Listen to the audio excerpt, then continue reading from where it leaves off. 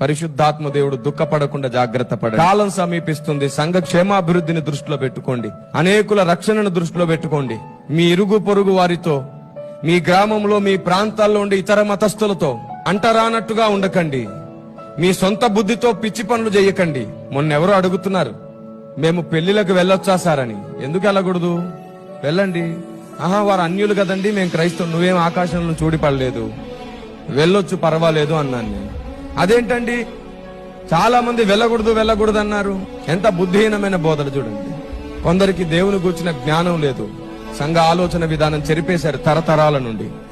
పెళ్లిలకు వెళ్ళకూడదు, చావులకు వెళ్ళకూడదు అని రకరకాల కండిషన్స్ పెట్టి వీరికి తెలియనిది కూడా మాట్లాడేసి సంఘాన్ని పాడు చేసి, అక్క ఎందుకు పెళ్లికి రాలేదు, ఎందుకు చావుకు రాలేదంటే మేము రాకూడదు, మేము దేవుని నమ్ముకుని మతం మారాం కదా అని వాళ్ళు చెప్పడంతో ఇంకా వాళ్ళు క్రీస్తుని ద్వేషించి, బైబిల్ని ద్వేషించి, అపార్థం చేసుకుని అర్థం చేసుకోవాల్సిన చోట కూడా మతోన్మాదులు అంటారు కదా.